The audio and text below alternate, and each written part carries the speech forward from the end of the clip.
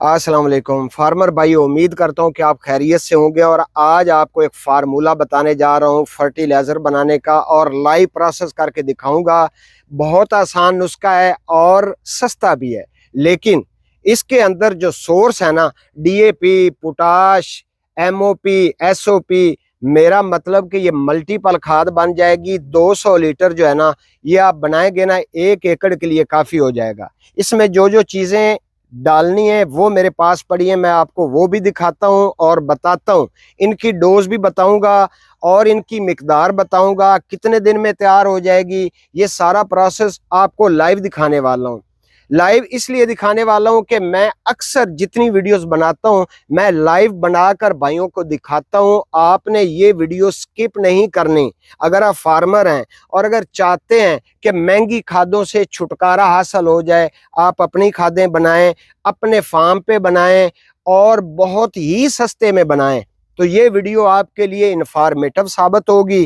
क्योंकि मैंने आपको ये लाइव दिखाना है, ये प्रोसेस कैसे होना है। और सिर्फ 8 दिन लगेंगे भाइयों, ये आपकी फर्टिलाइजर तैयार हो जाएगी। 4 चीजें हैं इसमें, ज्यादा कोई नहीं है। ये कैन पड़ा हुआ, इसके अंदर वेस्ट डिकम्पोजर है। ठीक है, पहले मैं आपको चीजें बता दूं ताकि आप गौर से और पूरी तवज्जो के साथ ये बातें मेरी समझ लीजिए। जिस बात की समझ ना आए, आप कमेंट के जरिए मुझसे पूछ भी सकते हैं। ये बाल्टी आप देख रहे हैं, इसके अंदर ये गोबर है और ये ताज़ा गोबर है। हमने यहाँ पे अपने फार्म हाउस पे गाय पाल रखी है, उन गाय का ये गोबर है। भैंसे हैं तो उनका भी गोबर चल सकता है। गोबर आपने डालना है, इसकी मिकदार है 5 किलो। 5 किलो गोबर आपने डालना है। 8-10 किलो भी हो जाए तो कोई मुश्किल नहीं है। ठीक है, ये ताज़ा गोबर हो गया। उसके बाद ये आपके पास कैन पड़ा है, ये 200 लीटर का। 200 लीटर का कैन आपको चाहिए होगा। उसके बाद ये आप फर्टिलाइजर देख रहे हैं, ये पड़ा हुआ है। हम पाकिस्तान में होते थे तो वहां पे हम डालते थे डीएपी और एमओपी, लेकिन यहाँ पे चूंकि दुबई के अंदर डीएपी और एमओपी जो है ना, इनका मुरक्कब मिलता है। इसका नाम भी मुरक्कब ही है। ठीक है, ये खाद बिल्कुल ये दानेदार बिल्कुल ऐसे देख रहे हैं ना, इसका कलर भी आप देख रहे हैं। तो आप इसकी जगह पे अगर आउट ऑफ कंट्री में है तो ये मुरक्कब डाल सकते हैं। अगर आप पाकिस्तान में है तो आप डीएपी और एमओपी 5-5 किलो डालेंगे। आपने इस नुस्खे के अंदर 5 किलो डीएपी और 5 किलो पोटाश, एमओपी या एसओपी, उन दोनों में से मिल जाए वो आपने डालनी है। उसके बाद ये है गुड़, जैगरी, ये आपने 2 किलो डालना है। उसके बाद ये आपको नजर आ रहा है, ये है बेसन। बेसन आपने डालना है और ये बड़ी आसानी से मिल जाता है, कोई मुश्किल नहीं है इसके मिलने में। अगर बेसन ना मिले तो उसकी जगह पे आप मक्की का आटा भी डाल सकते हैं। मक्की का आटा ना डालें तो आप चने का आटा डाल सकते हैं, लेकिन गंदम का आटा नहीं डालना है, बेसन डालना है आपने। ठीक है, ये चीज़ें हैं, मैं आपको दिखाता हूँ। और ये 8 दिन के अंदर आपका फर्टिलाइजर तैयार हो जाना है। अभी हम पहले इसका प्रोसेस करेंगे, फिर मैं आपको इसकी डोज बताऊंगा कि आपने इसकी डोज कितनी रखनी है, कौन कौन सी फसलों के ऊपर ये काम आएगी। और इसको सिर्फ आपने ज़मीन के अंदर फ्लड करना है या आप इसका स्प्रे भी कर सकते हैं, ये मैं आपको बताता हूँ। पहले हम इसके अंदर ये गोबर डाल देंगे।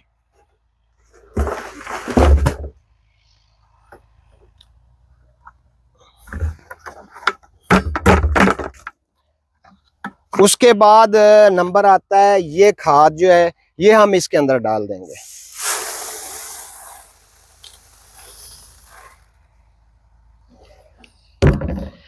उसके बाद हम इसके अंदर डाल देंगे ये बेसन। ये 2 किलो बेसन है, ये आपने इसके अंदर डाल देना।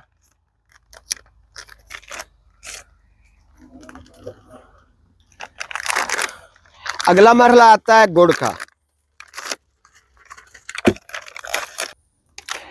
ये गुड़ आपने डाल देना है। ये फार्मर भाइयों, चूंकि हमें यहाँ पर पैकेट्स में मिलता है, तो पाकिस्तान में या इंडिया में या बांग्लादेश में वहाँ पे तो ये खुला अपने फार्म हाउस पे भी आदमी बना सकता है और आम दुकानों पे, आम स्टोरों पे ये मिल जाता है। अलबत्ता ये है कि यहाँ पर ये पैकेटों में ही मिलता है।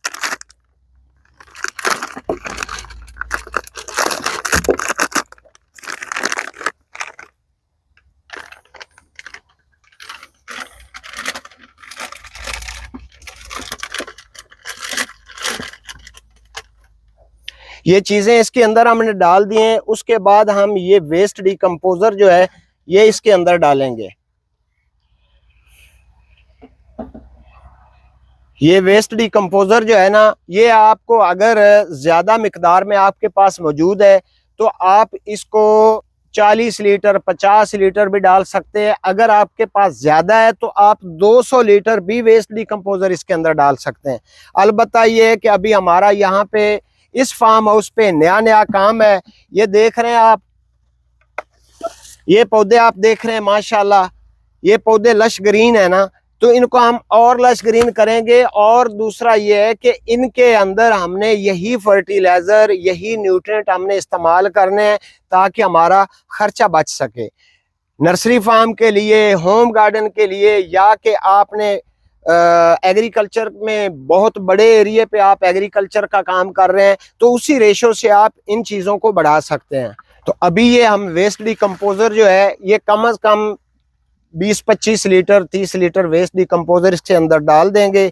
इसका फ़ायदा डबल होता है फार्मर भाइयों। पहला फ़ायदा इसका ये है कि जितना ये मटेरियल हमने इसके अंदर डाल दिया है ना, इस मटेरियल को डिकम्पोज होने में ये बहुत मदद देगा, क्योंकि ये है बैक्टीरिया,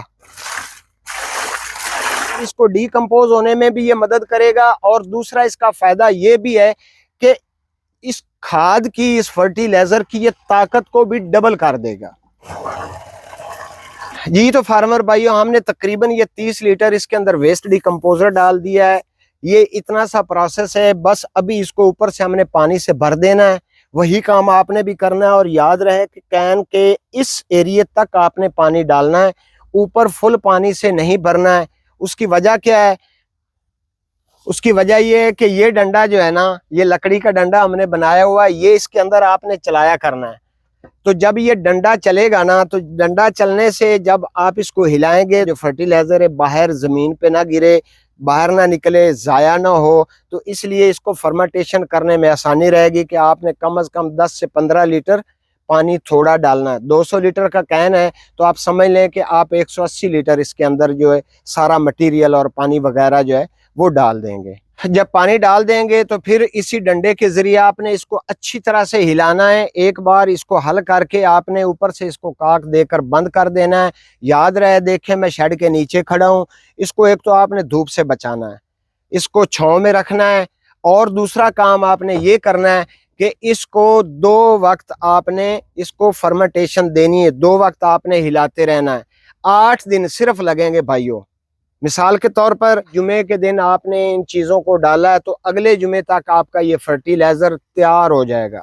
अभी मैं आपको बताता हूँ कि इसकी डोज कितनी रखनी है और कौन कौन सी फसलों पर आप इस्तेमाल कर सकते हैं। आपने किसी भी किस्म की फसल लगा रखी है, सब्जी है, कमाद है, गंदम है, चावल है, किसी भी किस्म की फसल है, तो ये फर्टिलाइज़र उन फसलों के लिए है और आपने इसको फ्लड करना है। इसका स्प्रे आपने हरगिज़ नहीं करना है। आपने उस वक्त इसको फ्लड करना है जिस वक्त आप आम फर्टिलाइज़र अपनी फसल को देते हैं। देखते हैं कि अभी मेरी फसल को खाद की ज़रूरत है ना, तो जहाँ पर आपने DAP या सोना यूरिया या कोई भी खाद डालनी है ना, तो उस खाद को आपने नहीं डालना है, आपने इसको डालना है। और 200 लीटर का 200 लीटर 1 एकड़ में आपने फ्लड करना है। ऐसा ही कैन आपने बना रखा होगा या बना लीजिए और उसके नीचे एक हैंडल वाल लगा लें। जिस वक्त आप पानी लगाने लगेंगे फसल को, तो नाखू के ऊपर इसको रख कर चला देंगे। इतना इसको चलाएंगे कि जब तक के 1 एकड़ को पानी लग जाए, तब तक साथ में ये भी पूरे का पूरा फसल को लगकर ख़त्म हो जाएगा। फार्मर भाइयों, एक बात याद रहे कि आपने अगर पूरी की पूरी फसल केमिकल वाली, मतलब के बाजार वाली खादों के ऊपर करनी होती है ना, तो एकदम उस खाद को आपने छोड़ना नहीं है। जिस वक्त भी आपको फर्टिलाइजर डालना होता है ना, तो इसका आपने इस्तेमाल करना है 200 लीटर का। लेकिन दूसरी खाद फर्स्ट टाइम पे आपने अगर 2 बोरियां डालनी होती है तो आप 1.5 डाल लें। अगले पानी पर या अगली फसल पर आप 1 बोरी कर दें, फिर आधी कर दें। तो इसी तरह से आहिस्ता आहिस्ता वो खाद छूट जाएगी और इस खाद पर आप लग जाएंगे। ये हो गया फार्मर भाइयों के लिए। अगर होम गार्डन में मेरी किसी बहन ने, मेरे किसी भाई ने, मेरी किसी माँ ने अगर होम गार्डन कर रखा है, उसमें सब्जियां हैं या कोई भी फ्लावर वाले पौधे हैं, कोई भी हैं, तो आपने अगर एक पौधे के हिसाब से मैं आपको रेशो बताऊं कि 200 मिलीलीटर से लेकर 500 मिलीलीटर तक आपने एक पौधे को देना है। अगर पौधा बड़ा है, मतलब कि मेरे कद से थोड़ा बड़ा है या मेरे कद के जितना 5-6 फीट का अगर पौधा है, तो उसको आप 500 मिलीलीटर दें। अगर पौधा छोटा है, गमलों के अंदर है, तो 100 ml भी दे सकते हैं। उसके बाद थोड़ा बड़ा है तो आप 150 या 200 ml भी उसको दे सकते हैं। पानी के साथ आप मिक्स करके भी लगा सकते हैं, स्प्रे नहीं करनी है, इसका बहुत फायदा होगा। जिस चीज़ की समझ ना आई हो मुझे कमेंट करके आप पूछ सकते हैं, इंशाल्लाह मैं आपको फीडबैक दूंगा। उम्मीद करता हूं कि आज का व्लॉग पसंद आया होगा। अगली वीडियो तक अपनी सेहत का ख्याल रखें और अपने इस चैनल का भी। अल्लाह हाफिज़।